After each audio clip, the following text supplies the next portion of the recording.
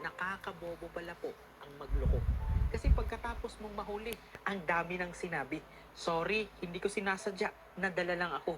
Wala lang yun, hindi ko alam ang nangyari. Pero habang pinapakinggan mo, mas lalo lang lumalabas na hindi ka nagsisi dahil nasaktan mo siya. Nagsisisi ka kasi wala ka nang maitago. Kasi sa totoo lang, paano naging hindi sinasadya yung ilang beses mong pinili? Pinili mong sagutin, pinili mong ituloy, pinili mong itago, pinili mong magsinungaling, pinili mong magloko, pinili mong magpanggap na okay kayo habang may ginagawa ka sa likod niya. Tapos ngayon, ang tawag mo, nadala lang ako. Hindi ka nadala, nagdesisyon ka. Kasi po, ang nakakabobo sa manloloko, hindi lang yung nagloko siya.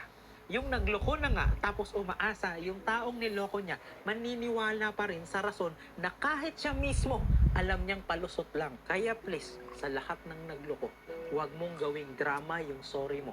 Kung ang totoo, hindi ka naman guilty habang ginagawa mo. Na guilty ka lang nung nalaman niya na.